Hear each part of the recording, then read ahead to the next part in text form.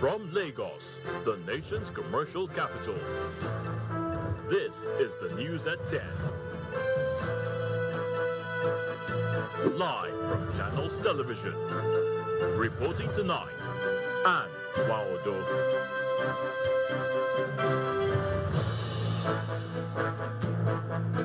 Hello and welcome. Tonight, Vice President Kashim Shettima reaffirms President Bola Tinubu's commitment to restoring peace and strengthening security across the nation as Nigeria prepares to mark Democracy Day. FCT Police Command arrests 3 suspected kidnappers, begins enforcement of the ban of tinted vehicles as part of efforts to enhance security in the Federal Capital Territory. Climate change and its impact on communities around the world are once again in focus as nations mark World Environment Day, highlighting the urgent need for environmental action and sustainable solutions. And Russian President Vladimir Putin says that there is no point in holding a meeting with Ukrainian President Volodymyr Zelensky, despite the Ukrainian leaders called for face-to-face talks aimed at ending the war between both countries.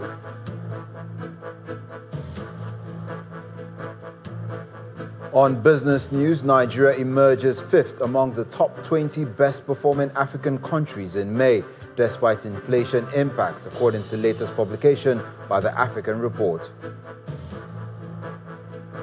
On sports news tonight, Nigeria's Super Falcons defeat Senegal's Teranga Lionesses 2-1 in the first of their pre-WAFCON friendly matches played in Ikene, Remo. And from the nation's capital, Federal High Court fixes June the 15th for its ruling on Omoyele Showore's application seeking the judge's recusal from his ongoing defamation trial.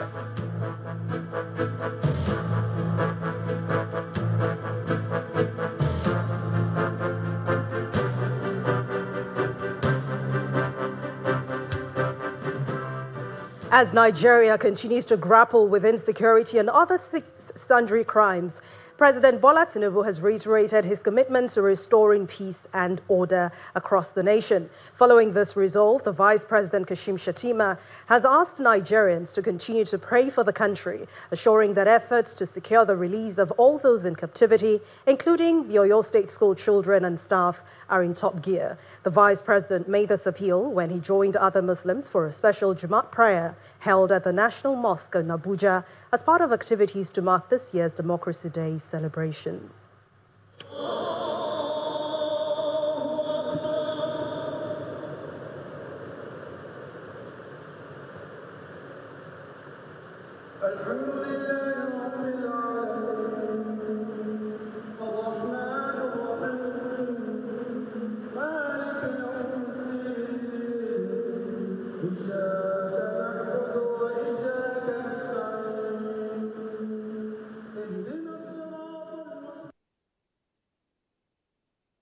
Our message to Nigerians is simple. Let's pray for the peace and stability of this nation and to acknowledge the sacrifices made by our past heroes for the enthronement of this democracy that we are all enjoying now. And let's pray for the peace, stability, and progress of this great nation. I want to assure Nigerians of President Bola Ahmed Tinubu's unwavering commitment towards restoring peace and stability in the nation. He is working day and night to ensure the safe recovery of all our children who are in the hands of the bandits and the terrorists. No matter how long the night is, it must give way to the light of the dawn. Stormy the weather might well be, but it won't rain forever. The government remains irrevocably committed to restoring peace and stability of the nation. I want to thank Nigeria and want to urge them to pray for the nation, to pray for each other, because what binds us together surpasses whatever that divides us. In the meantime, the Federal Capital Territory Police Command has announced the arrest of 3 suspected bandits who recently displayed their weapons on social media while being dressed in military camouflage. Parading the suspects in Abuja, the FCT Commissioner of Police Ahmed Sanusi says the suspects, who are residents of Rijana in Kaduna State, were in possession of one AK-47 rifle loaded with 30 rounds of live ammunition as at the time of their arrest. It's a rainy day in the nation's capital, Abuja, but in spite of the weather, the FCT Commissioner of Police, flanked by officers of the command, addressed the press on their recent achievements. Following digital forensic analysis and actionable intelligence, police announced the arrest of 3 suspected kidnappers. Investigations revealed that the suspect had previously been in possession of the AK-47 rifles, which were obtained from their gang leader, identified as Esco, from regional Kaduna State, who is currently at large and we're going after him. Among the suspects on parade is one man who allegedly murdered his friend over a failed business transaction. Investigation revealed that the principal suspect, Emmanuel Achaleku, had previously dealings with the deceased, who he claimed as an accomplice in a fraudulent scheme they orchestrated together.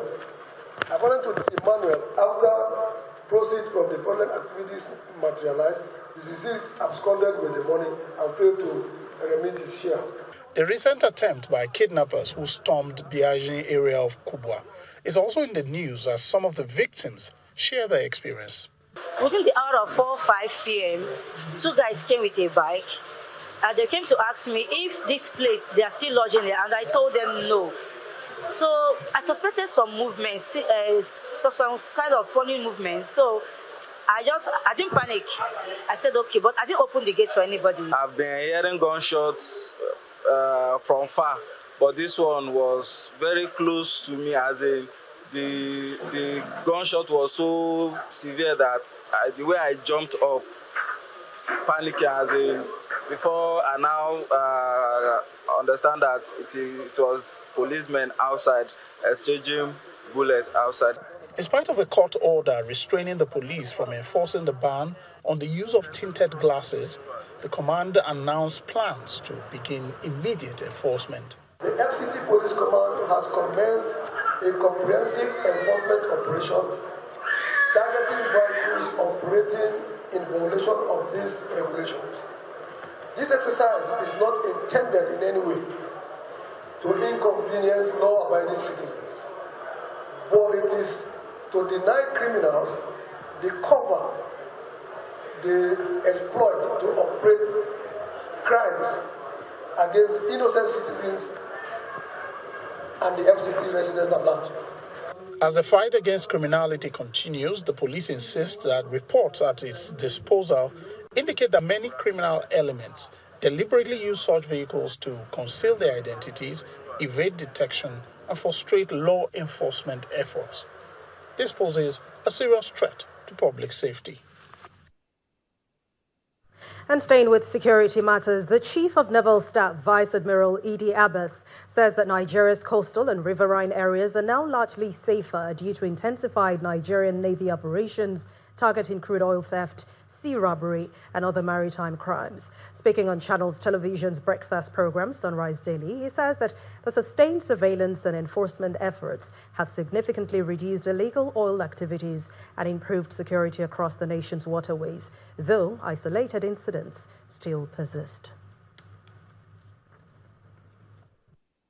As it stands today, I can say that our coastal areas and the riverine areas are relatively safe. What we are contending with mostly there now is this issue of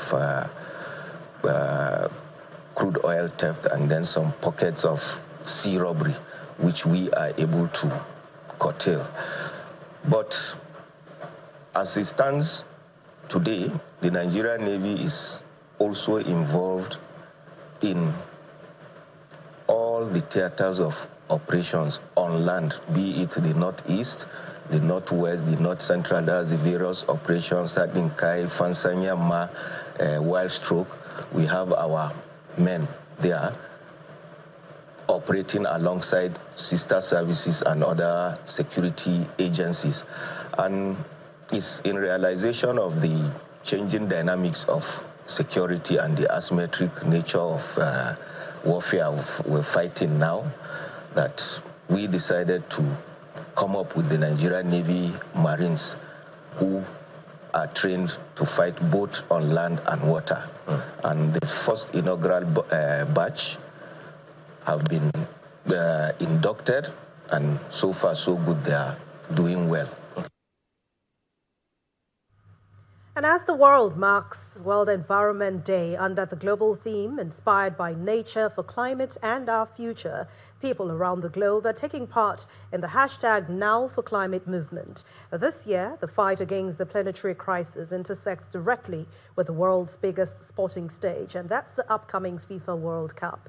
Our correspondent Ayola Kasim looks at the World Environment Day campaign and how countries are coming together to solve the climate crisis. No longer a distant forecast, extreme heat is now a daily battle for urban infrastructure, human health, and global sports. With 48 teams and 104 matches about to kick off across North America, the FIFA World Cup is under a harsh environmental spotlight, and concerns over athletes and fan safety are peaking. Scientists are warning that extreme heat has become the ultimate opponent on the pitch. We're all watching the game, but it's stopped because it's too hot. Hot for players, for fans, for everyone. It's hot and getting hotter. That's not random. That's climate change.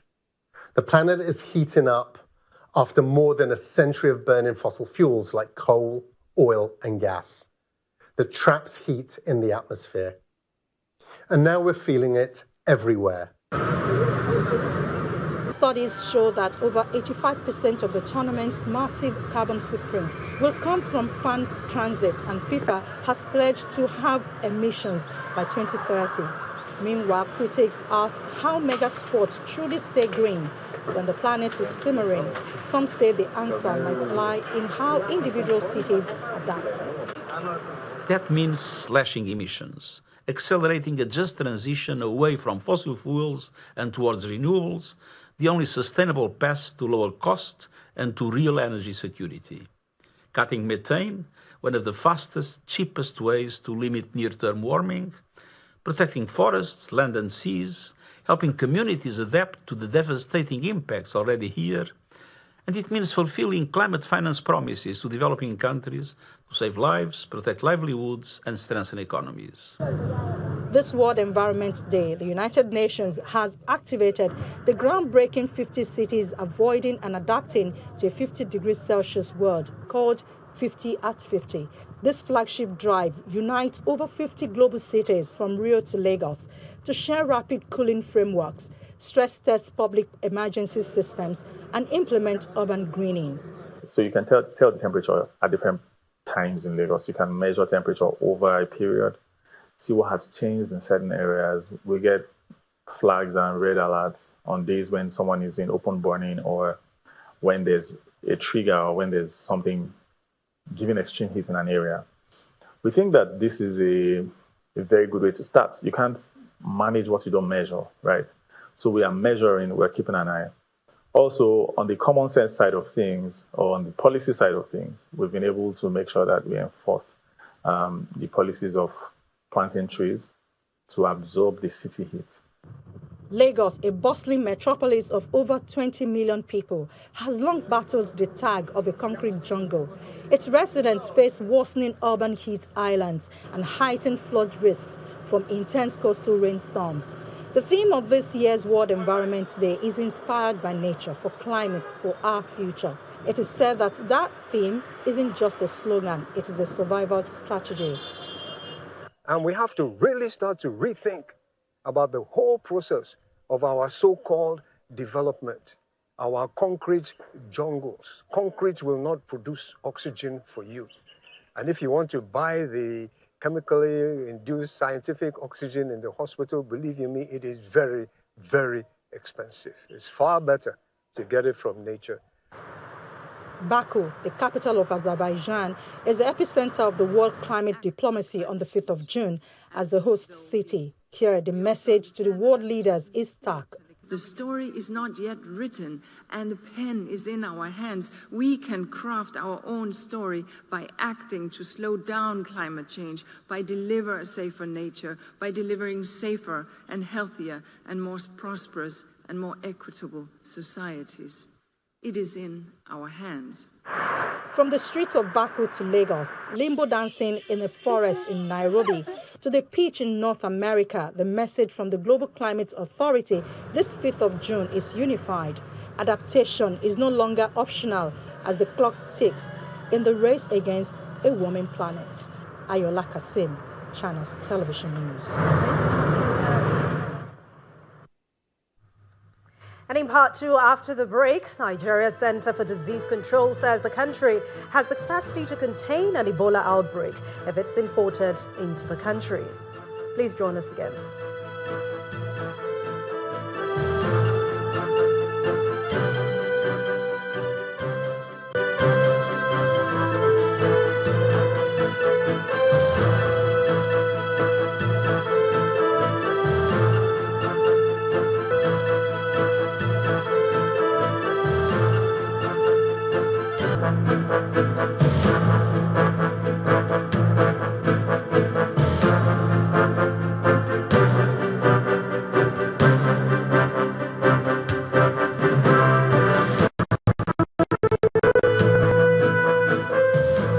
Welcome back. If you've just joined us, you're watching the news at 10 on Channels Television, broadcasting live from Lagos. A reminder of our main stories. Vice President Kashim Shettima reaffirms President Bola Tinubu's commitment to restoring peace and strengthening security across Nigeria as the country prepares to mark Democracy Day. FCT Police Command arrests 3 suspected kidnappers, begins enforcement of the ban on tinted vehicles as part of efforts to enhance security in the FCT. Climate change and its impact on communities around the world are once again in focus as the nation and nations around the world mark World Environment Day, highlighting the urgent need for environmental action and sustainable solutions. And Russian President Vladimir Putin says that there is no point in holding meetings with Ukrainian President Volodymyr Zelensky, despite the Ukrainian leader's call for face-to-face talks aimed at ending the war between both nations.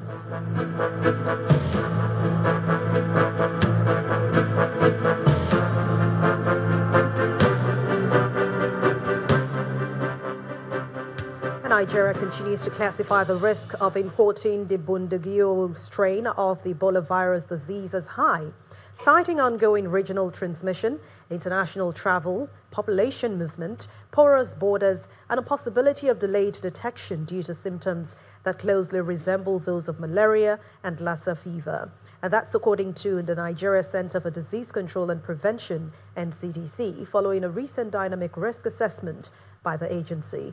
Speaking in Lagos while briefing journalists on intensified preparedness measures following outbreaks reported in the Democratic Republic of Congo and in Uganda, the Director General of the NCDC, Dr. Jide Idris, says the agency has strengthened surveillance and response mechanisms across the country.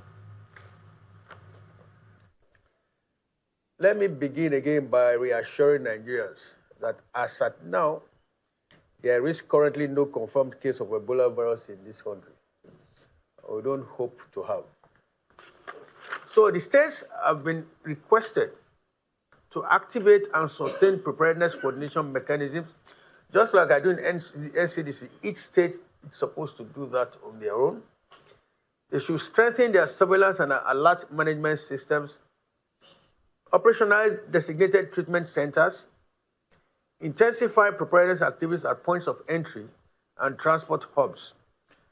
We urge all clinicians and frontline healthcare workers to maintain a high index of suspicion, particularly amongst persons with recent travel history to affected countries or epidemiological links to confirmed or suspected cases. We encourage Nigerians to remain calm. I say again, we do not have any case of Ebola in this country. They should remain calm and conduct their normal activities, However, they should also obtain information only from credible sources. Avoid spreading rumors and misinformation. Practice good hygiene, the same thing IPC, hand washing, proper sanitation. These are key. And promptly report any unusual illnesses through established public health channels. Meanwhile, senior advocate of Nigeria, Femi Falana, has threatened to sue the Attorney General of the Federation and Minister of Justice, Lateef Fagbemi, if he does not respond to his 14-day ultimatum over the recovery of $120.5 billion and 66.4 billion naira allegedly owed to the Federation account by the Nigerian National Petroleum Company Limited, the NNPCL, international oil companies, and other operators in the oil and gas sector. Mr. Falana also called out the NNPCL for not paying for the initially agreed amount of shares to be bought in the Dangote refinery, despite an agreement with the federal government. He was speaking as a guest on our political program, Politics Today. I do not expect that the Attorney General will ignore my request, which is that we cannot be taking loans running to billions of dollars while the government is not prepared or cannot muster the political will to collect about $120.5 billion. I'm sure that the EFCC have been trying to recover the money. I'm asking the Attorney General to work with the EFCC to ensure that that money is recovered and paid to the Federation account. The information is in the public domain. All I'm asking the government to do is to muster the political courage to collect this huge sum of money. And if the Attorney General does not accede to my request, of course, we're going to the court. The federal government directed NNPC go and acquire 20% interest in the Dangote refinery at a sum of $2.7 billion. The Dangote management of the refinery had said, sorry, only $1 billion was given to us, and that is valued at 7% shares. Again, some explanation will have to be given very soon. Let's continue the nation's capital, Abuja, where Terry Ikume is standing by to bring us more on the news at 10. Over to you, Terry. Well, thank you very much, Anne. We'll begin from the courts. Justice Mohammed Umar of the Federal High Court, Abuja, has adjourned until the 15th of June 2026 for the ruling on the application filed by the presidential candidate of the Action Alliance Congress, Omoyele Sowore, seeking the judge to recuse himself from the trial. At today's hearing, Mr. Sowore told the court that he will represent himself pending the time he is able to find a new lawyer or reconstitute his legal team, as the current lawyers are afraid to appear before the court to defend him due to the humiliation they had suffered. He subsequently moved two applications he had filed. One is seeking an order of the court for the judge to recuse himself on grounds of bias, and the other for referral of the case to the chief judge for reassignment to another judge. But the prosecuting counsel, Kehinde Akilolu, however, argued that the application is an abuse of court processes and is meant to irritate the court. In a short ruling, Justice Mohammed Umar held that he will have to go through the processes filed by Mr. Sowore to rule on the application. The federal government has flagged off the 125-kilometer Gombe-Biu section of the Yakwanga-Jos Bauchi-Gombe-Biu-Meduguri Road Dualization Project in Gombe State. Governor Inuwa Yahaya performed to flag off on behalf of President Bola Tinubu, alongside the Minister of Works, Dave Umahi, members of the National Assembly, and other key stakeholders. The project is being described as a major milestone ending decades of unsuccessful attempts to rehabilitate the critical road corridor.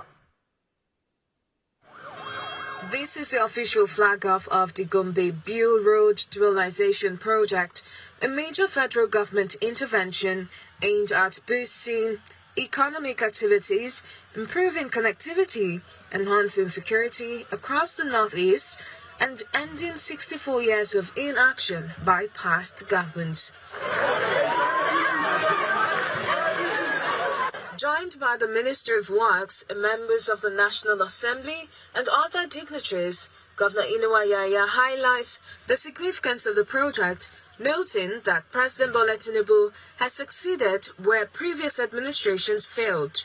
Mr. President first, and the Minister and his delegation, including the members of the National Assembly, wholeheartedly and warmly, because they brought, like you said yourself, they brought some good tidings to the people of Gombe State. And these are projects that will touch the lives of the people and that will be everlasting.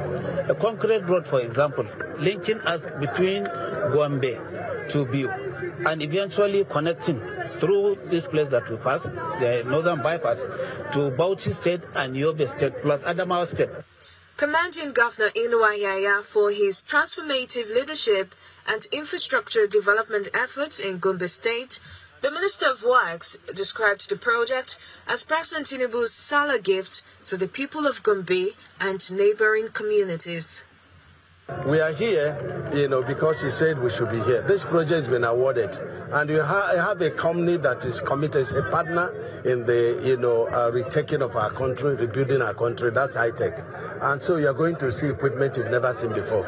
You are going to see quality of road you've never seen before. The project is expected to commence within the next 30 days. The Benue State government has commenced the distribution of fertilizers and other farm inputs to farmers ahead of the 2026 farming season at a 51% subsidized rate of 28,000 naira per 50 kilogram bag. Governor Hyacinth Alia, while flagging of the distribution at the industry layout, said the initiative is aimed at boosting food production and ensuring food security across the state. As part of efforts to strengthen agriculture and improve food production, the Benue State Governor, Mr. Hyacinth Alia, flagged off the 2026 fertilizer and farm inputs distribution exercise in Makurdi. The exercise, which covers all 23 local government areas of the state, is expected to provide farmers with subsidized fertilizers and other essential inputs for the farming season. Governor Ali announced a 51% subsidy on fertilizers, reducing the price to 28,000 naira per bag. He said the intervention is designed to expand cultivated farmland, increase agricultural productivity, and support farmers in overcoming rising production costs. And so at this season, while other places are selling at 60,000 and 62,000, again this year as well, I'm paying half the price of everything, each bag you're going to buy. And instead of paying high, you're only going to pay 28,000 naira per bag. The governor also cautioned against the diversion of farm inputs as he emphasized the need for transparency and accountability to ensure that the benefits reach genuine farmers. We must feed Nigeria and target feeding the rest of Africa. We have to expand our farms. I'm calling on you, major stakeholders, to see on how we can do the best of games on this expansion, on the best of farm practices called land aggregation. After the flag-off ceremony, the Commissioner for Agriculture and Food Security assured farmers that strict measures have been put in place to guarantee the distribution of quality fertilizers. Let me assure you, every input being sold today and in the days that we follow has been procured through rigorous quality checks. We will engage only contractors and vendors who have met the set standard by the ministry. The days of substandard inputs finding their way to our farmers are behind us for good. For many farmers, the intervention is expected to ease the burden of our input costs and improve yields in the coming planting season. Well, still to come on the news at 10, Nigeria ranks 5th among top 20 best performing African countries in May, despite the impact of inflation, according to the latest publication by the Africa Report. Facts on business news. Do stay with us.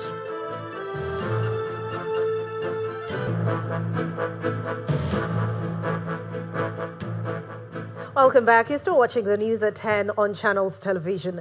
A civil society organization, Vote for Climate Change campaign, has called on the government and private organizations to take urgent actions to protect the environment, noting that pollution and improper waste disposal are threatening public health and future generations.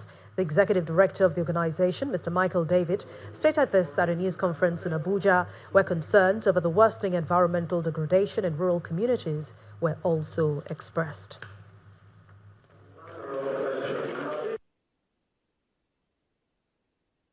The time has come to challenge and interrogate all the candidates on the issues that will determine the future of Nigeria. The time has come to ask these very important questions. What are their plans for climate adaptation and resilience? What investment will they make in renewable and clean energy?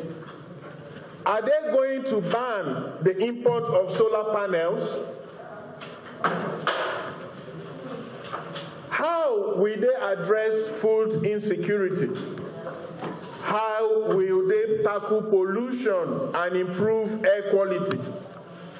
What are the strategies for protecting the forest, water resources, and ecosystems? How will they strengthen environmental governance and climate justice?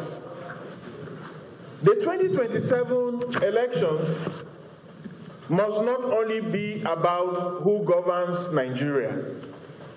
They must also be about the future we choose for ourselves and for generations yet unborn. The NNPC Foundation Limited, a social impact arm of the Nigerian National Petroleum Company Limited, has delivered and handed over 1.5 Tesla magnetic resonance imaging system to the National Orthopedic Hospital in Dala, Kano State. The NNPCL Foundation says it is providing the facility as part of its interventions to improve quality service delivery to the Nigerian populace. It is a sea of happy faces and a colorful atmosphere as the National Orthopedic Hospital Dala in Kano State gets a new 1.5 Tesla magnetic resonance imaging system in its facility.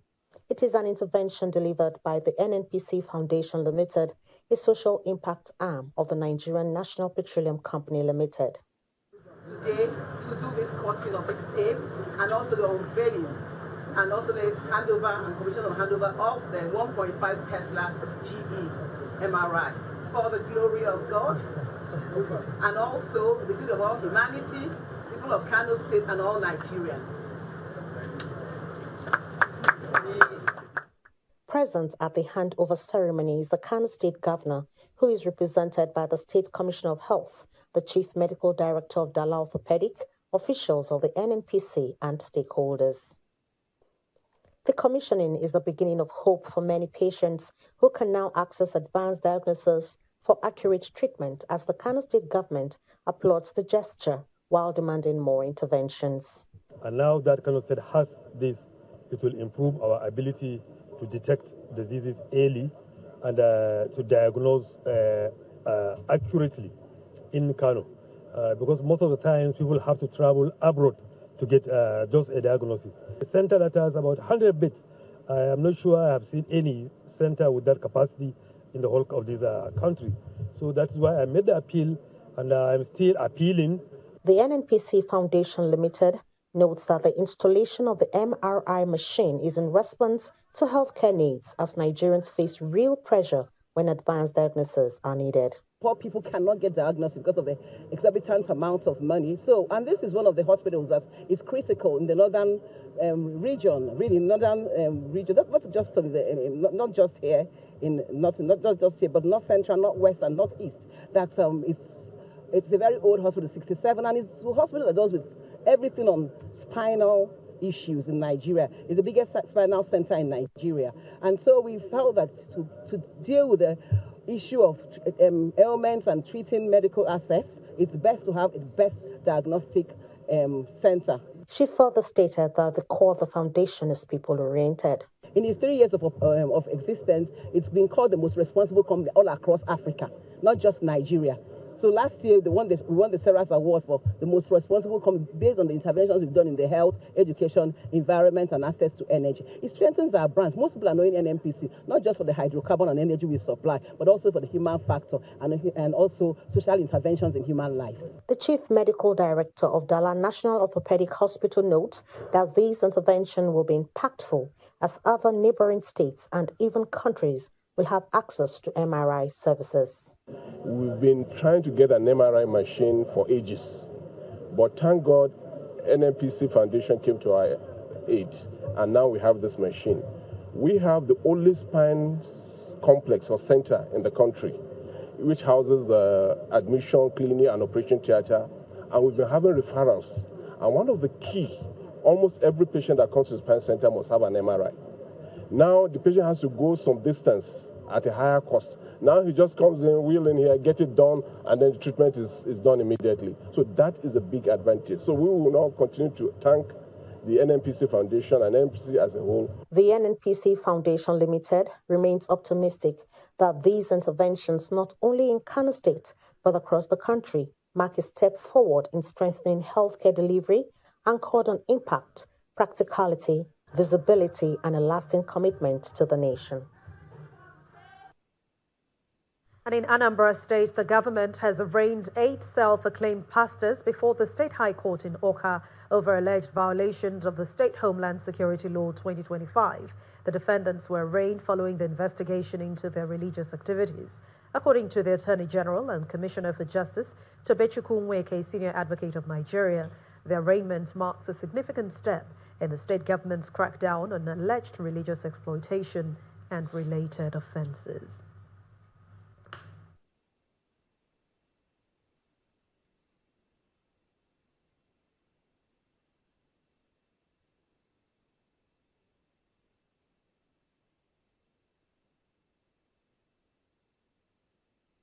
Environment and water resources, students, street sweepers, and other stakeholders in the environment sector converge on JJT Park Alausai Ikeja to spotlight issues of climate change reshaping people's lives. This year's theme, inspired by...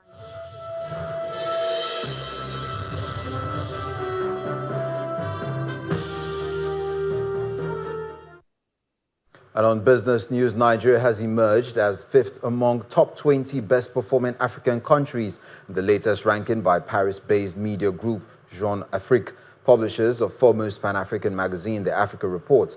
According to the report, Nigeria's improved ranking for this year, which comes despite rising inflation, was largely driven by growth in the country's digital sector, cultural influence, as well as market size. However, the report points out that the country was kept off the absolute top podium by a few critical factors, which include falling GDP per capita over the reference period, high debt burdens, weak regional integration within sub-regional markets, as well as institutional deficiencies regarding the rule of law and governance stability. As African governments look to boost revenue, tax experts say raising tax rates may not be the answer. Speaking on the continent's revenue mobilization prospects, partner commercial practice at Anderson, Nigeria, Mr. Oladejo Adeyemi says governments can significantly improve revenue generation through enhanced tax administration, broader compliance, and stronger institutional frameworks. He was a guest on Business Morning. Tax is a social contract. Citizens pay taxes with the belief and the mindset that the government would take care of certain things. In our case, over the years, that belief had not really lived, up to people's expectations. It's not as though the government is not present, but people need to feel more of government presence, whether it's in terms of insecurity, whether it's in terms of infrastructural development, however you look at it.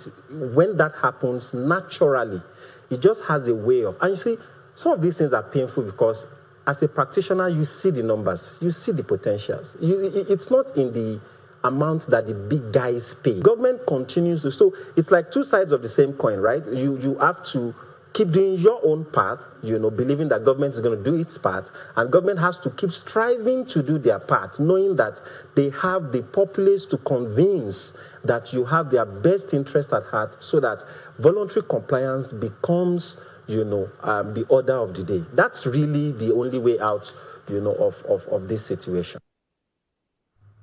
Outside our shores in business, U.S. President Donald Trump says he plans to meet the chief executives of some of the country's most notable artificial intelligence companies to discuss the government's taking a financial stake in their future. Speaking to journalists today while boarding his official plane, Donald Trump says the goal of the U.S. government investing in AI companies is to create almost a near partnership with the American public. Some of the biggest companies in the U.S. working on AI include Microsoft, OpenAI, and Anthropic, as well as Google and SpaceX, two of which are expected to float their IPOs in the coming weeks. And back home to the domestic stock market, which made a moderate rebound after 4 days of losses. Inijomekwa has the details.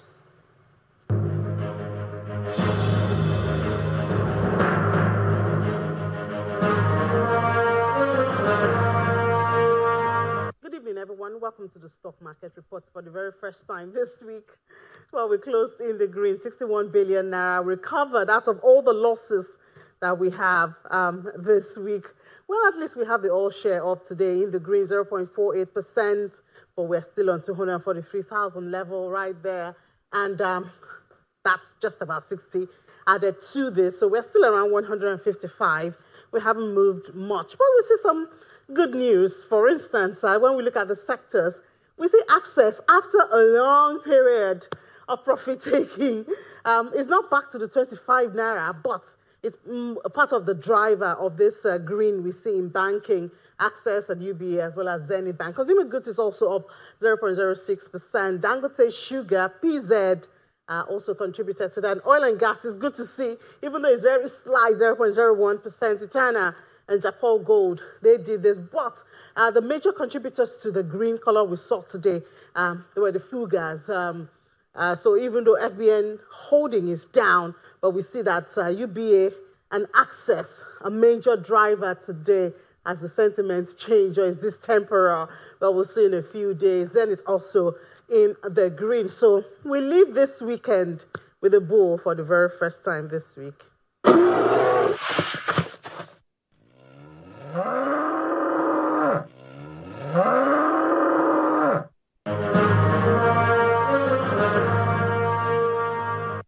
Thank you, Ini. And for the global markets, it's a negative close on Wall Street, with the Nasdaq down by 4% after suffering its worst day since April 2025 as traders flee chip stocks. Here are some of the snapshots of some major global bourses for Friday.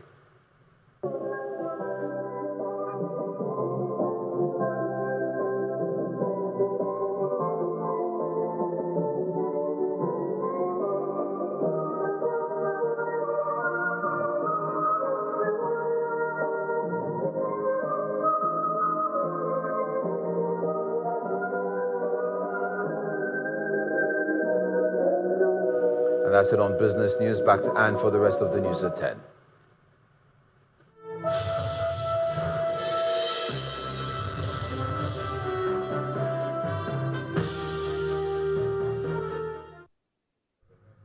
Thank you, Dominic. And outside our shores, Russian President Vladimir Putin says that he does not see any point in meeting Volodymyr Zelensky after the Ukrainian leader had requested face-to-face talks over ending the war between both countries.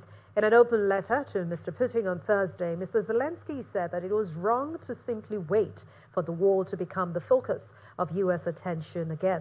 Here's Simon Pusey with more international news and around the world in 5 from our London studio.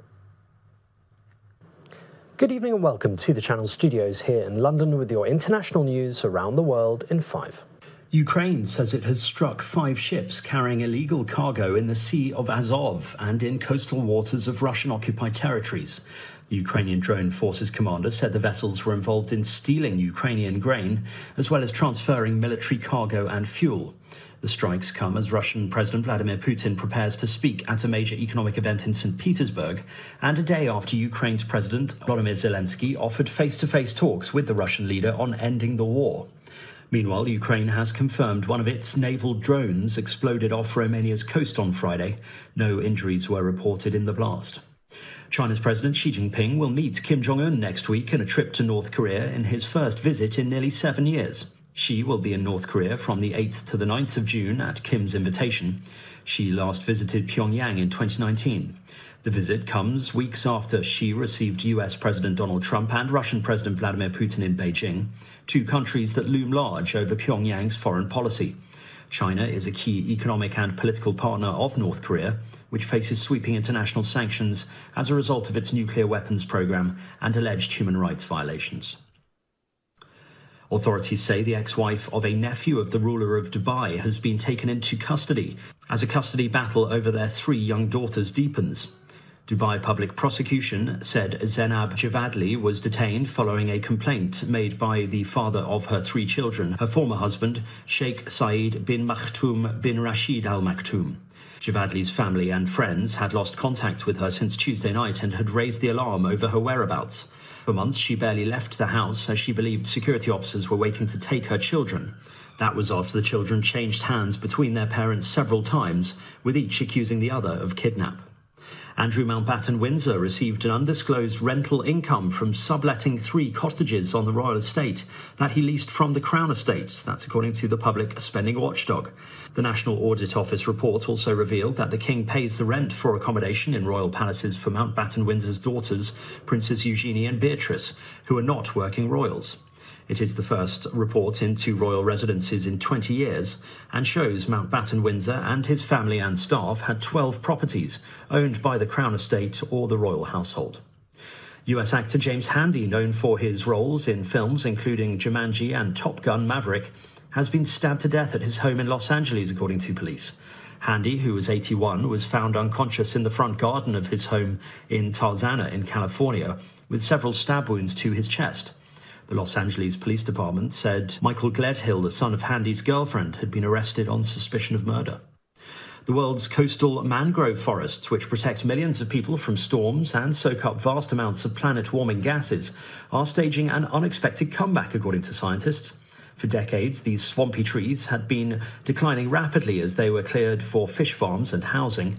But a new study shows that since 2010, the world has been gaining more mangroves that it has been losing, driven by stronger legal protections and increased public awareness of their importance, sparked by disasters such as the 2004 Indian Ocean tsunami. The researchers say the key factor, though, is the remarkable capacity of these forests to regenerate naturally once humans stop chopping them down. So some human activities are targeted on these precious ecosystems, like mangroves are along coastal region. So coastal region could be used for port construction, could be used for the agricultural ponds expansion, and also for some oil palm trees plantation. So for some economic targets, the mangroves are targeted by human activities for deforestation. The future is uncertain for mangroves. They're still under threat in many parts of the world by human activity. So now we've got to build on this, right? We've shown that it works. And let's make sure that we're still having the same success story in 10, 20, 50 years. And New York police are investigating videos showing unknown people entering and exiting the sewage system in the Bronx and Queens. A thorough search of the area has been done with no trace of them found, and the NYPD saying there was no threat to the wider public. There have so far been no reports of any injuries or arrests, and inquiries into the videos are said to be ongoing. And that's your international news around the world in 5. Now back to the Channel studios in Lagos.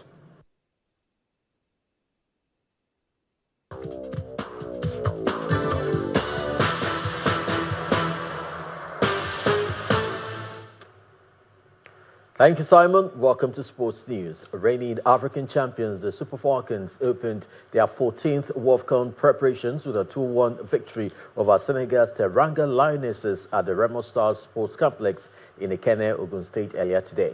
Nigeria earned a penalty kick in the first half, and veteran forward Asisat Oshoala stepped forward to convert in the 32nd minute. 11 minutes later, Tony Payne doubled the advantage for the host. The visitors found a response late in the game in the 86th minute. Both sides will face each other again in a second friendly at the same venue in Ikenne, Remo on June the 8th. And yes, she scores. How to score. Will she score? And yes, she scores. Nigeria take the lead in the 31st minute. Courtesy of a well-taken penalty strike from Asisat Oshoala to give the Super Falcons the lead. Ogbonna with another corner kick. They headed away. Oladipo Shukrat. A fine set, Tony Payne. A chance for Nigeria. Tony Payne scores. A fine set, Tony Payne. A chance for Nigeria. Tony Payne scores.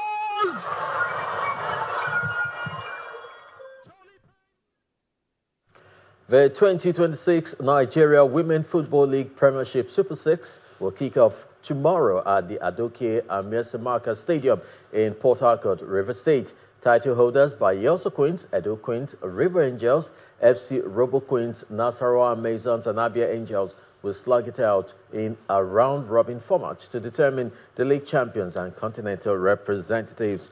In Saturday's match day, one fixture, Edo Queens will take on Nasarawa Masons at 9 a.m. Rivers Angels face FC Robo Queens in the second game of the day. The final game for tomorrow will be between Bayelsa Queens and Abia. Fast Sports is back to you, Anne.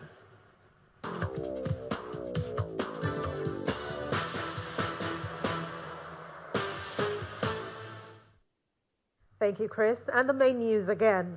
Vice President Kashim Shettima today reaffirmed President Bola Tinubu's commitment to restoring peace and strengthening security across the nation. The Vice President made this remark after attending a special Jumat service to mark Democracy Day.